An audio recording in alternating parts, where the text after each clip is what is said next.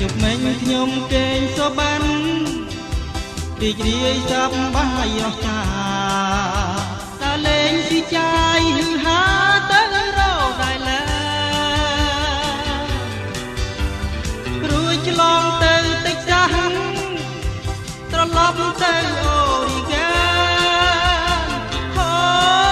សបានជួបតែស្រីស្រីខ្លាំងនៅអូហាយ៉ូខ្លាំងថានៅចរចាខ្លាំងនៅផ្លូរីដានិងវ៉ាស៊ីនតោខ្លាំងថានៅខាងសាំងនិងមេនីសូតាខ្លាយថានៅឈីកាហ្គោ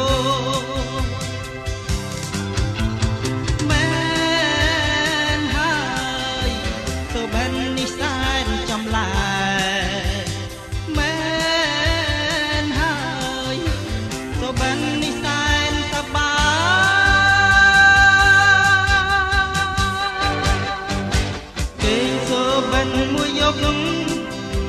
កំសាន្តសពអងទិសាឃើញចត់តែព្រះតាមិនដែលប្រពោបើឲ្យខ្ញុំខូចចិត្តគិតនៅរលរូបត្រីស្ងួនដល់ភ្លៀងនឹងខ្លួនស្រាប់តែនៅឡងបេកខ្លាំង